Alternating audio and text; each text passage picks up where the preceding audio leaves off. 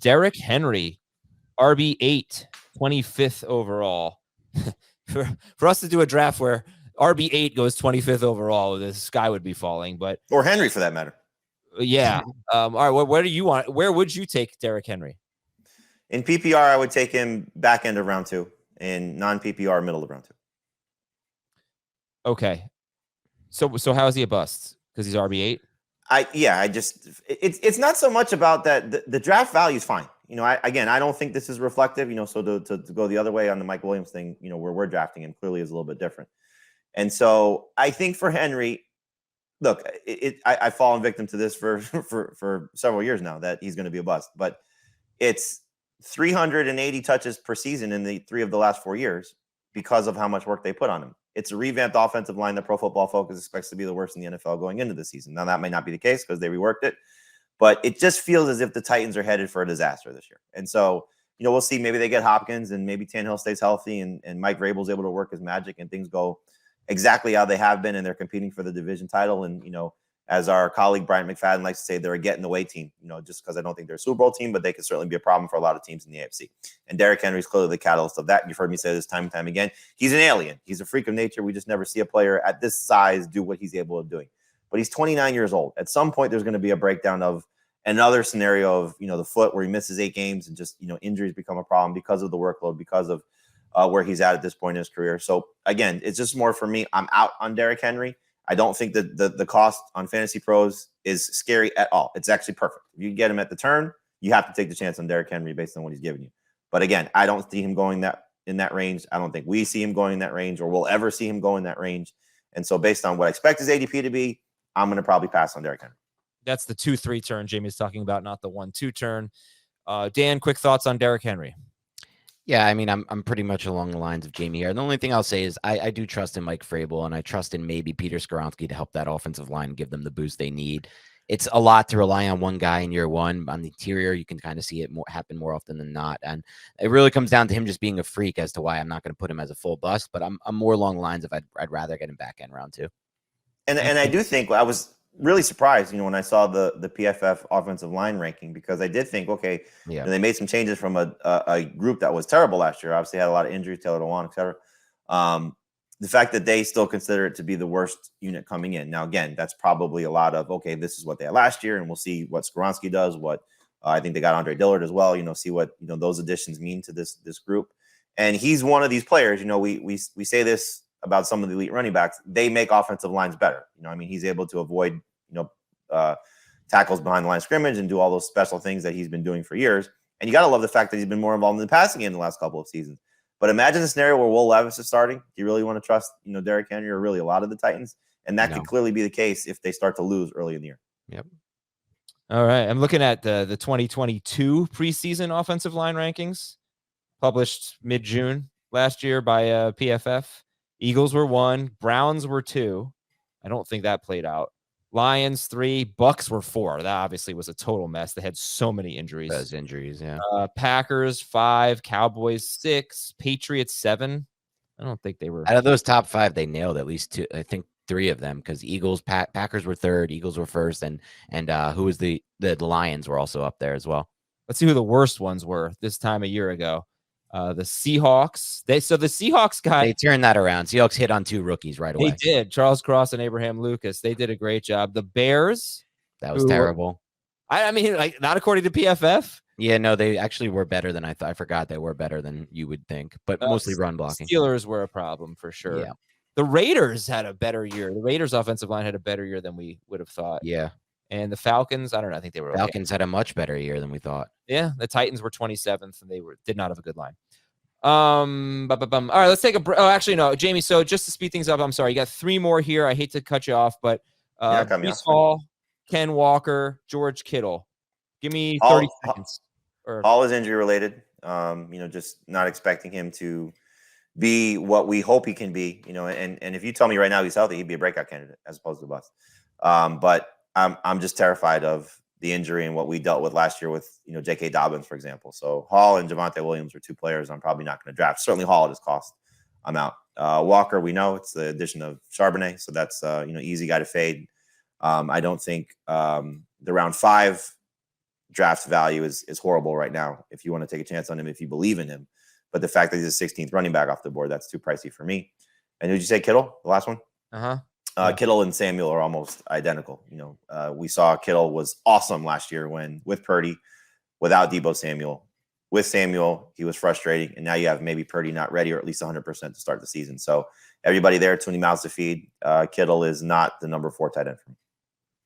Are you taking Ramondre Stevenson over Breece Hall? Both of you? 1,000%. I had Hall, I just had that decision, and I made that decision to go Stevenson. Hall is, I would take ETN over Hall. Again, health situation being what it is right now. I would take Najee over Hall. I would take Aaron Jones over Hall. I would take Jahmyr Gibbs over Hall at this point. Wow. You have him at 20th, and Dave has him 11th, and Heath has Breece Hall 19th. That's obviously a player whose rankings could change. Now, when you get a lot of hype because he's going to be ready for week 1, just remember almost everyone, if not everyone, who was coming back from an ACL injury last year, really struggled for a while. So that was Godwin, who also got hurt in week 1. So that's maybe a little unfair. Godwin was actually good. If I would put him in the good category for a guy coming back from that injury. On a per target basis, I think he was bad. He did get so many targets though. And he said midway through the season, he said that he wasn't all the way back.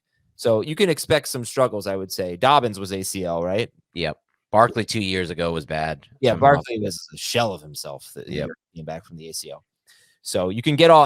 I'm sure there was a ton of hype about Barkley coming back from the ACL. There was a ton. Of course, there was. When the games actually start playing, you see these guys; they're not 100%, and just be prepared. All right, we'll take a break, and when we come back, we will finish with some more busts on Dan's list, and we'll be right back.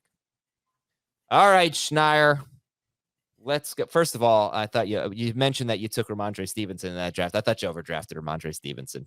I felt pretty good about where I got him at. I took him in the second round. I think he's a third round pick. I think what we saw in the target volume, I think we'll see what happens there. Okay. Then you took Josh Allen in the third round, and I thought he was a second round pick. And so I think if you switch those picks, they would have been better. So that was good. Anyway, you start with Travis Etienne, we already talked about. And why don't we go with Aaron Jones next? Aaron Jones is RB 17. Yeah, so I had tiers of busts based on confidence level. He was more in my second tier, but I still is not a player I would draft. So still with Jones, you're still getting somebody who was really great in elusive rating, yards per carry, yards after contact, the things I look at specifically. Can you force missed tackles, and are you creating yards after contact independent or good stats to look at prediction wise? Jacob Gibbs has a little more on this, but the big issue for me from a fantasy standpoint is he's still a committee back. You look at over the last 2 years, he has just 7 more rushing attempts than AJ Dillon over the last 2 years. A lot more targets, 137 to 180, but it's just 7 more rushing attempts. So he's still in a committee. So I think the overall thing for me is here, why do I want to invest in a player? Because right now he's still being drafted pretty high, and I think it's a lot based on his name brand. But why am I going to want to invest that much in a player who could be, in my opinion, one of the NFL's dark horse offenses to be worse than the NFL? We still have not seen any proof that Jordan Love can keep the pass game on schedule. It's all just hope and speculation.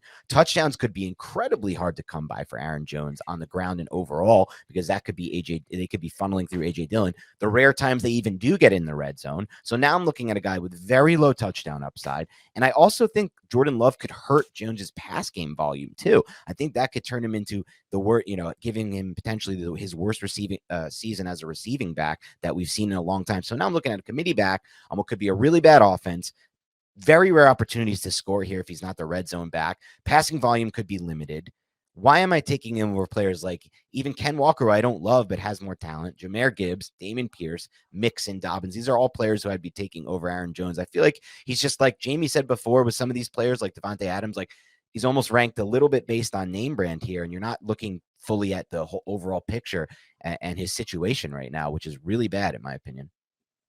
And Jamie disagreed with that one, as he did with all of your busts. Well, I mean, this is another one I struggle with, just because, again, the cost. But, as we've noted, running backs on Fantasy Pros tend to fall a little bit. But if you're getting him at this spot, I think it's worth it. I do think that the thing that will sway this, because, yes, he's in a committee back, and, yes, this offense is probably going to take a downturn. How do you lose a two-time MVP or whatever, how many MVPs he won, Aaron Rodgers, and get better, even if, age is a factor. But I still trust in Matt LaFleur, and I still think that Jordan Love if there's going to be the safety valve for him, as good as Christian Watson can be, as good as maybe Romeo Doubs and Jalen Reed could be, this is still a guy that's going to be in the top 3 at worst, maybe still top 2 in targets, which is something that he's been every time ever since Matt LaFleur has gotten there. And so is that just a byproduct of Aaron Rodgers, who's still a very mobile quarterback, despite, getting up in age for what he's able to do? Jordan Love may have a lot of mobility to him, or maybe more so. The receiving game is going to sway this because he lost touchdown opportunities to A.J. Dillon and probably will so again. But if he's still going to be that type of pass catcher, which I think he's capable of, that's what saves it for me. So if I take Aaron Jones and I whiff, it's because he's not going to be this type of player in the passing game. And that could very well be the case because, yes, the scoring should go down if, in fact, this team takes a step back. If you were debating between Jahmyr Gibbs and Aaron Jones, does Jahmyr Gibbs just seem like a more exciting version of Aaron Jones? For me, yes. Behind a better offensive line, and in my opinion, potentially much better offense. Yeah, I think the thing that may be different, and this is probably how you view David Montgomery, is David Montgomery better than A.J. Dillon? I would still say yes. Yeah, he certainly might be. By the way, speaking of exciting, we are up to $631 for the final spot in the FFT Startup Dynasty League. So I can buy that spot, make a nice donation to St. Jude, and then give it away to whoever I want, right? Technically. I'm not answering that question. I'm not entertaining that question. What if I wanted to buy it from the highest bidder and then give it to the highest bidder? You mean outbid someone and give it to the second? Yeah, you're trying to make money off of this? So I'm making money? So no, he was trying to do a nice thing there, and you buy it and then you pay for the guy. You were saying you give it. Okay, well, I thought you meant like you bid for it, you donate, and sell it. I'm not selling it. And then you sell it and try to get even more like a ticket scalper. I'm not like Ticketmaster. Yeah, like you're like I'm gonna wait until just before the draft and see if I can get more money. Like this, like you're scalping this. Yeah, you can do whatever you want, Jamie, as long as it's going to a good cause, which it is. But let the listeners and viewers get in on. I'm just gonna give away the podcast league spots. I've already given away 4. You don't know it yet. I don't even want to tell people how amazing. I do want to tell people. I can't. What we have in store for a podcast league this year. Yeah, it is new. Cool. It is amazing. Whose idea was it, by the way? Was it yours? Yeah. Oh, nice. It was actually my idea. Jamie's joking, but no, it was Jamie's idea. No, Jamie had a great idea, and personally, I don't remember Jamie coming up with the idea, but fine, it's Jamie's idea. It's going to be so cool, and can't wait to share that with you, which should be pretty soon, I think. All right, back to the bad stuff here, the busts. Which ones? I'm sorry, I went away from your tiers, precious bust tiers. Well, you've let me go on with. I've gotten to get to 2 busts so far. All right, go ahead. Three, right? Who was my third? No, I've only had Jones and ETN. But I'll get back into this and I'll rapid fire these. Well, you've been crapping on George Pickens intermittently throughout the show. True. So we'll get to George Pickens. So with George Pickens, this is a great stat. I'm going to shout out Ian Hartitz because he came up with I saw him tweet this one as well. Joining Kenny Pickett last year. These are the quarterbacks who failed to throw for 10 touchdowns with 10+ start in their first season. David Carr, Bruce Gradkowski, Jimmy Clausen, Mitchell Trubisky, Justin Fields, Zach Wilson, and Kyle Orton. That's the tier he's in so far from last year. If not, okay. So you think, okay, things are going to get better, right? For Pittsburgh, they have to, right? They're bringing back the same scheme. We look at the offense that made a jump last year. Daniel Jones with Brian Dable, right? You look at Trevor Lawrence with Doug Peterson. They're bringing it back. They're running it back here. So where am I getting my passing game production from is my first question, George Pickens. Then I look at every draft we've done, and George Pickens goes off the board before Deontay Johnson. And I have no idea why, because in their 11 games together, George Pickens averaged just over 5 targets a game, just 58 targets compared to, and that was 34 behind Deontay Johnson in the 11 games that he had with George Pickett. And yet he's being drafted ahead of Deontay Johnson, George Pickens. So I guess the thought is he's just so awesome. He makes those crazy catches. And I think he is a great talent, but great talent doesn't help in fantasy football unless you're getting target volume or unless you're playing with a really good quarterback and a good passing game. He has neither of those two things right now. So I have no clue where the George Pickens hype is coming from. He's someone I have almost no interest in drafting. Interesting. Go ahead, Jamie. I honestly, I don't disagree with a lot of that. The only thing is, like, you wanna bank on talent, and we know he fell in the NFL draft because of some of the off-field stuff as opposed to the on-field stuff, and so and injury concerns. And so I look, the Steelers' offense is going to get better. You know, I think Pickett's too talented. I think Deontay Johnson, Freiermuth, Pickens, they're all, you know, very good. I think at what they do. I'm in total agreement. I don't understand Pickens over Deontay Johnson. That's to me a huge mistake, especially in any sort of PPR, half PPR scoring. Like you're going to get many more targets and many more catches for Deontay Johnson.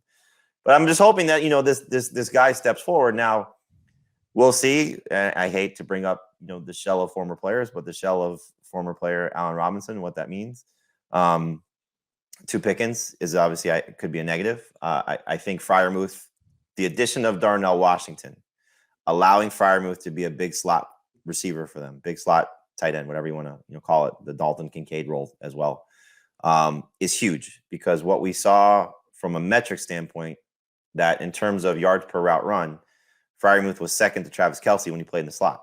So if he's able to be that type of productive option, that's going to be a pretty good thing for Pat Freiermuth. So again, does Kenny Pickett support 3 potential standout caliber players? I agree with Dan. The answer is no. It's also a run-oriented coach that's going to rely on his defense. As we saw last year, that's the way Mike Tomlin wants to win games. He's fine winning a 9-6 football game, 9-7 football game. You know, he just wants to get the W. He doesn't care how aesthetically pleasing or displeasing it may look. So yes, Pickens is a little frustrating, but I just hope that the talent sort of rises to the top, and that's where George Pickens wins. But you know, statistically, it's hard to argue against that, especially with what Pickett has done so far in his young career.